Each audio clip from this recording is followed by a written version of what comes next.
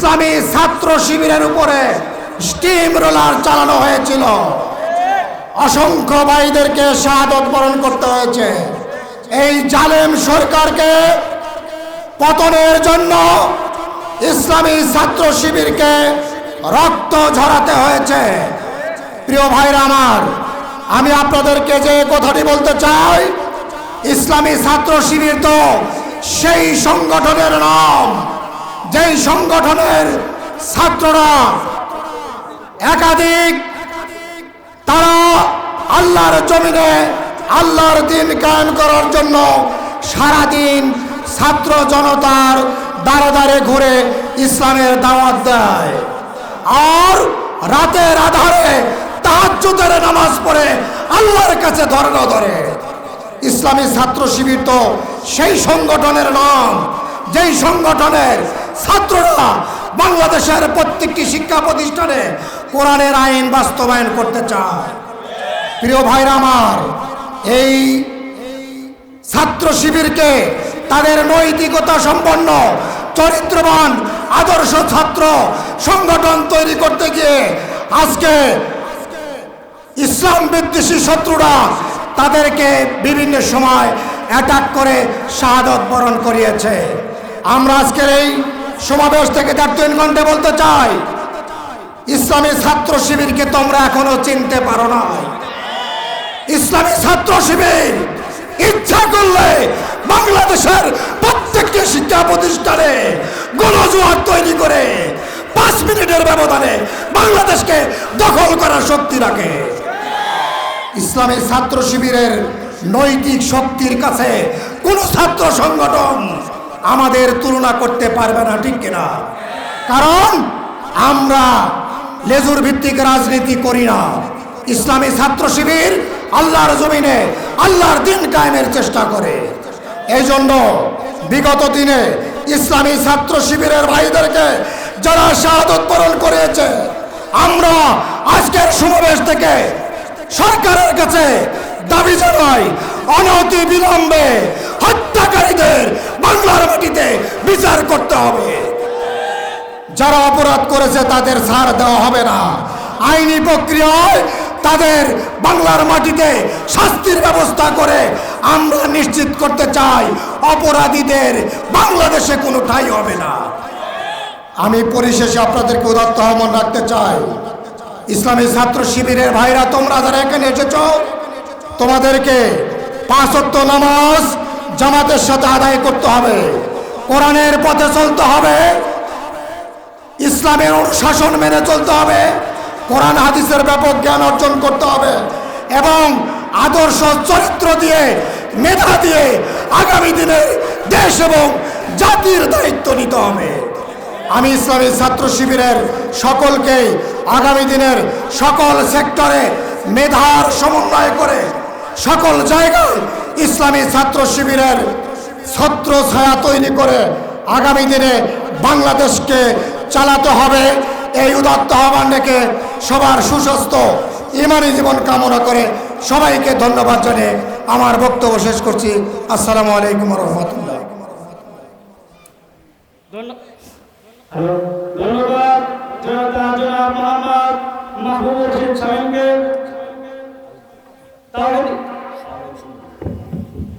সম্মানিত উপস্থিতি, এই পর্যায়ে আপনাদের মাঝে সালাম বিনিময় করবেন বাংলাদেশ ইসলামী ছাত্র শিবির সিরাজগঞ্জ শহর শাখার সম্মানিত অফিস সম্পাদক জনাব মোহাম্মদ হাবিবুর রহমান ভাই।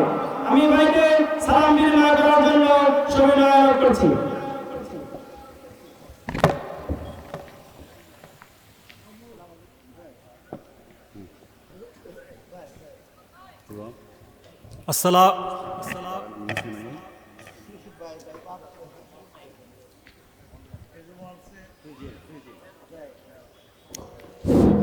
আসসালামু আলাইকুম ওয়া রাহমাতুল্লাহ। চেহারায় তেজদীপ্ত ইমানি আভা, চাহনিতে এক বিশাল গভীরতা, পরিপাটি চালচলন, মুখে হাসির দ্যুতি, হাতে বই পাঠ্যপুস্তক অথবা ইসলামী সাহিত্য অথবা তাফসিরে কোরআন, দুঃসাহসিক নির্ভীক ভবিষ্যতের স্বপ্নদ্রষ্টা এক যুবক, তারই নাম ইসলামী ছাত্র শিবির। সম্মানিত উপস্থিতি, মেহমান অনেক আছেই। সর্বশেষ আমি ছাত্র সমাজকে এভাবে আহ্বান করতে চাই, উত্তাল তরঙ্গে ভেঙে ভাসিয়েছে স্বপ্ন ভাষা তীর, তাওহিদি বন্দরে আজ লাখো নাবিকের ভিড়। আল্লাহ হাফেজ। বাংলাদেশ জিন্দাবাদ, ইসলামী ছাত্র শিবির জিন্দাবাদ।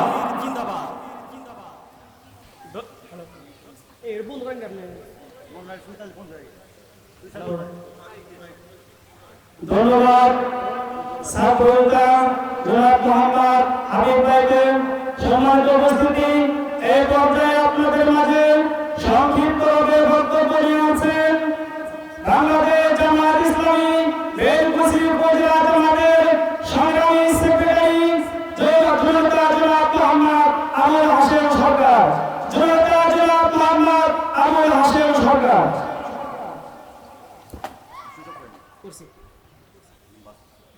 আলহামদুলিল্লাহ আলহামদুলিল্লাহি কাফা ওয়া সালামুন আলা ইবাদিহিল্লাযীনা ইসতাফা, আম্মা বা'দ। এশিয়া উপমহাদেশে বৃহত্তর ছাত্র আন্দোলনের সংগঠন এদেশে তাওহীদি চেতনাকে হৃদয়ে লালন করে তাওহীদি পতাকা উত্তোলন করার জন্যে বুকের তপ্ত রক্ত ঢেলে দেওয়া সংগঠন বাংলাদেশ ইসলামী ছাত্র শিবির বেলকুচি উপজেলা শাখা কর্তৃক আয়োজিত আজকের এই আলোচনা সভার সম্মানিত সভাপতি, বেলকুচি উপজেলা শাখার সভাপতি আমার স্নেহধন্য স্নেহাস্পদ ইরশাদ আলী, আজকে আমাদের মাঝে উপস্থিত রয়েছেন এনায়েতপুর, বেলকুচি, এরপরে চৌহালির গণ মানুষের প্রাণপ্রিয় নেতা, আগামী দিনে যাদেরকে নিয়ে আমরা পথ চলব, সিরাজগঞ্জ জেলা জামাতের সংগ্রামী নায়েবে আমির, বিশিষ্ট জননেতা অধ্যক্ষ মোহাম্মদ আলী আলম। উপস্থিত রয়েছেন বেলকুচি উপজেলা শাখার সংগ্রামী সেক্রেটারি, সংগ্রামী আমির, বেলকুচি উপজেলা পরিষদের সাবেক সফল ভারপ্রাপ্ত চেয়ারম্যান, জননন্দিত নেতা জনাব মোহাম্মদ আরিফুল ইসলাম সোহেল। সম্মানিত ভাইরা, আজকে আমাদের মাঝে উপস্থিত রয়েছেন ইসলামী ছাত্র শিবির সিরাজগঞ্জ জেলা শাখার সংগ্রামী সভাপতি জনাব আলহাসউদ্দিন সহ জামাত ও শিবির নেতৃবৃন্দ। আসসালামু আলাইকুম ওয়া রাহমাতুল্লাহি ওয়া বারাকাতুহু। সম্মানিত ভাইরা, আলোচনা করতে চাই না, শুধুমাত্র একটি কথা পড়েছিলাম, শুনেছিলাম, একজন রাজা খুব শক্তিশালী, সব অস্ত্র দিয়েছে, সৈন্য দিয়েছে, সেই সৈন্যের তুলনায় প্রতিপক্ষ সৈন্যবাহিনী সামান্যতম নগণ্য সংখ্যায় অস্ত্রে, তারপরে যুদ্ধে পরাজয় হয়েছে। রাজা জিজ্ঞেস করেছে সেনাপতি, যুদ্ধে কেন পরাজয় হলো? সেনাপতি বলছে, মহারাজ, এই যুদ্ধে পরাজয়ের 100টি কারণ আছে। কয়টি? আপনি যদি অনুমতি দেন তাহলে এক এক করে বলতে পারি। বলছে, বলো। মহারাজ, এই যুদ্ধে আপনি যে গোলা বারুদ দিয়েছিলেন, অস্ত্র শস্ত্র দিয়েছিলেন, সব গোলা বারুদ বৃষ্টিতে ভিজে গেছে। মহারাজ বলেছে, তোমার 100টা কারণের প্রয়োজন নাই, একটি কারণই যথেষ্ট। কি বলেন, ঠিক কিনা? সম্মানিত ভাইরা, শেখ হাসিনা উনি কেন পরাজয় হয়েছে উনি বুঝতে পারেন নাই। কি বলেন, ঠিক কিনা? ওনার হাতে সরকার, ওনার দলীয় ক্যাডার, উনি স্বৈরাচারী, সেই স্বৈরাচারী কায়দায় যাকে সেবার জন্য দিয়েছে মন্ত্রী এমপিরা, একটা গোলা বারুদ ফোটে নাই, জাতির সেবায় আসে নাই, লুটপাট করে তারা দেশ থেকে পালিয়ে গেছে। আজকেও তিনি বোঝেন না কি কারণে তার এত পরাজয় হলো। ধন্যবাদ। আসসালামু আলাইকুম ওয়া রাহমাতুল্লাহি ওয়া বারাকাতুহু। ধন্যবাদ জনতা জনাব মোহাম্মদ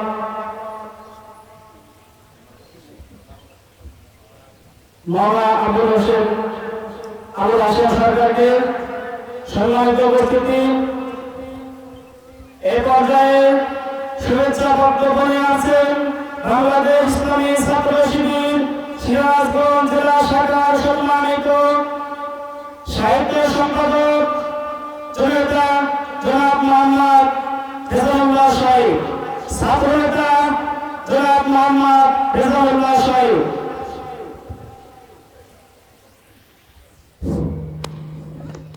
বিসমিল্লাহির রহমানির রহিম। রক্ত স্নাত শহীদি কাফেলা বাংলাদেশ ইসলামী ছাত্র শিবির বেলকুচি উপজেলা কর্তৃক আয়োজিত বৈষম্য বিরোধী ছাত্র আন্দোলনের শহীদ। আমি মূলত দু একটি কথা বলতে চাচ্ছি। সম্মানিত ভাইয়েরা আমার, আমরা 1952 সালের ভাষা আন্দোলন করতে পারি, যেখানে ঢাকা বিশ্ববিদ্যালয় থেকে শুরু করে ছাত্র জনতা সেদিন স্লোগান দিয়েছিল ভাষার বিরুদ্ধে।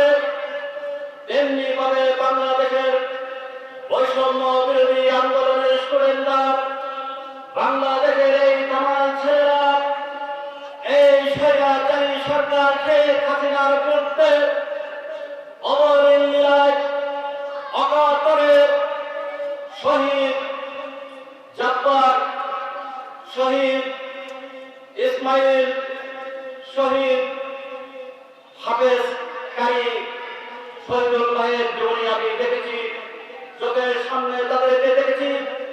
যেদিনটি বৈষম্য বিরোধী আন্দোলন ঢাকা বিশ্ববিদ্যালয় থেকে শুরু হয়েছিল, আমি নিজের চোখে দেখেছি। আমার সাথে যারা ছিল তারা ইসলামী আন্দোলন এবং এই বাংলার জমিনে আল্লাহ দ্বীন প্রতিষ্ঠা করার আন্দোলনে এই সরকারের রক্তচক্ষুর ভয় এবং প্রত্যয় না করে সেদিন তারা রাজপথে ছিল এবং এই বৈষম্য বিরোধী আন্দোলনের প্রত্যেকটা নেতা কর্মী এবং স্টুডেন্টরা সেদিনকার বলিষ্ঠ ভূমিকা পালন করেছিল। সংগ্রামী ভাইরা আমার, আমি সর্বশেষ পরিস্থিতি একটি কথা বলতে চাচ্ছি। গত 5 তারিখ আমি ঢাকাতে ছিলাম। সেদিনকার দেখেছি ভাইরা আমার, ঢাকার উপরে যখন 12টা 5 মিনিট বাংলাদেশের আপামর জনতা এবং বৈষম্য বিরোধী আন্দোলনের ছাত্র জনতা ভাইরা সেদিন কিভাবে রাজপথে দাঁড়িয়েছিল। যদি সেদিন তারা রাজপথে বাইর না হতো, তাহলে আজকে আমরা এই স্বাধীনতা পেলাম না, ঠিক কিনা? সংগ্রামী ভাইরা আমার, আমরা স্বাধীনতা পেয়েছি, কিন্তু স্বাধীনতা পেয়ে আমরা ক্ষান্ত নয়। যেই দেশে 801 স্টুডেন্টের রক্ত ঝরিয়েছে, ইসলামী আন্দোলনের মতিউর রহমান নিজামী থেকে শুরু করে মুজাহিদ ভাই থেকে শুরু করে ইসলামী আন্দোলনের মাওলানা দেওয়ার হোসেন সাইদি ভাইকেও যেহেতু এদেশে রক্ত দিয়ে হয়েছে, সেই জন্য এই রক্তের শপথ করে আমি বলতে চাই, আগামীতে যাতে করে আমাদের এই দেশে আর এইরকম স্বৈরাচারী সরকার যাতে আসতে না পারে, ঠিক কিনা? সংগ্রামী ভাই আমার, আজকে দুঃখের সহিত একটি কথা বলতে হচ্ছে, বৈষম্য বিরোধী ছাত্র আন্দোলন বাংলাদেশে যদি জন্ম না নিত, তাহলে আমরা যেমনি ভাবে এই দেশে স্বাধীন চিত্রের কথা বলতে পারতাম না, ইসলামী আন্দোলনের অগ্রণী ভূমিকা পালন করতে পারতাম না। তাই আমি যে সকল ভাইরা শহীদ হয়েছেন এবং যারা জীবিত আছেন তাদেরকে আমি বলতে চাই, আগামীতে ইনশাআল্লাহ যে বৈষম্য বিরোধী আন্দোলন হয়েছে, এই দেশের ভাতের জন্য নয়, এই দেশের কোঠা আন্দোলন হয়েছিল, বৈষম্য বিরোধী আন্দোলন হয়েছিল এই দেশের মানুষের গণতান্ত্রিক অধিকার ফিরিয়ে আনার জন্য, ঠিক কিনা? শুধু তাই নয়, তারা চেয়েছিল এই দেশে গণতান্ত্রিক ভাবে সুন্দর ভাবে এদেশের লক্ষ ছাত্র স্টুডেন্ট তারা যাতে সুন্দরভাবে দেশের সুন্দরভাবে গণতান্ত্রিক অধিকার নিয়ে তারা প্রত্যেকটা প্রতিষ্ঠানে চাকরি খুঁজে পায়, ঠিক কিনা? সংগ্রামী ভাইরা আমার, তাই আমি বৈষম্য বিরোধী আন্দোলনের ছাত্রদেরকে বলতে চাই, আগামীতে এবং সামনে যাতে করে এই দেশের প্রত্যেকটা শিক্ষা প্রতিষ্ঠান থেকে শুরু করে রুট লেভেল থেকে শুরু করে সকল পর্যায়ে আমাদের ছাত্র ভাইদেরকে অগ্রণী ভূমিকা পালন করতে হবে। আর আমরা যদি পালন না করি তাহলে এই যে রক্ত দিয়েছি এই রক্তের সাথে বিশ্বাসঘাতকতা করা হবে, ঠিক কিনা? সংগ্রামী ভাই আমার, যাতে করে আল্লাহর এই জন্য একমাত্র আল্লাহর দিন প্রতিষ্ঠিত হয় এই আশা আকাঙ্ক্ষা উদ্দীপনা রেখে আমি আমার সংক্ষিপ্ত বক্তব্য শেষ করছি। আসসালামু আলাইকুম ওয়া রাহমাতুল্লাহ।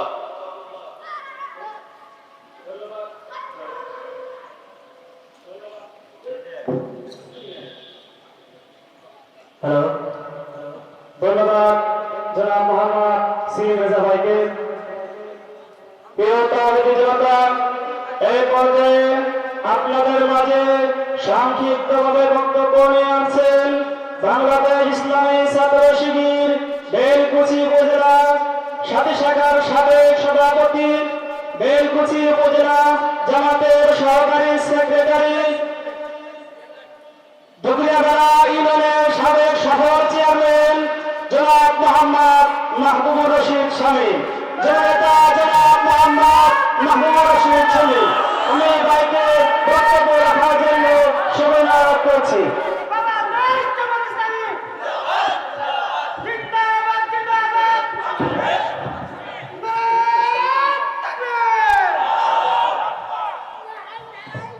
أعوذ بالله من الشيطان الرجيم بسم الله الرحمن الرحيم لقد كان لكم في رسول الله أسوة حسنة ঐতিহ্যবাহী প্রাণের চেয়ে প্রিয় সংগঠন বাংলাদেশ ইসলামী ছাত্র শিবির বেলকুচি উপজেলা শাখার উদ্যোগে আয়োজিত আজকের দোয়া অনুষ্ঠানের সময় প্রিয় সভাপতি ইসলামী ছাত্র শিবিরের বেলকুচি উপজেলা সভাপতি জনাব এরশাদ আলী, আজকের অনুষ্ঠানের সম্মানিত প্রধান অতিথি ইসলামী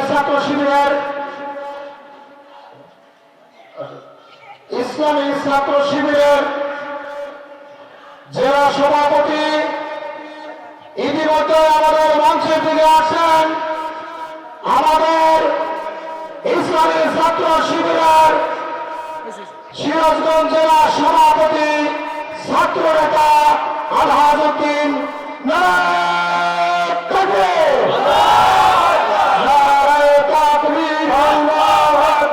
সভাপতি রাঘবন শুভেচ্ছায় স্বাগত, জেলা সভাপতি রাঘবন শুভেচ্ছায় স্বাগত, শুভেচ্ছা স্বাগতম সভাপতি রাঘবন, প্রধান আলোচকের আগমন শুভেচ্ছায় স্বাগতম, আনন্দ ভাইয়ের আগমন শুভেচ্ছায় স্বাগতম, শুভেচ্ছা স্বাগতম আগমন ছাত্র শিবিরের পক্ষ থেকে লাল গোলাপ শুভেচ্ছা, লাল গোলাপ শুভেচ্ছা ছাত্র শিবিরের পক্ষ থেকে জেলা সভাপতির আগমন শুভেচ্ছায় স্বাগতম, আনন্দ ভাইয়ের আগমন শুভেচ্ছায় স্বাগতম, শুভেচ্ছা স্বাগতম জেলা সভাপতির আগমন ছাত্র শিবিরের পক্ষ থেকে লাল গোলাপ শুভেচ্ছা, লাল গোলাপ শুভেচ্ছা ছাত্র শিবিরের পক্ষ থেকে লড়াই থাকবে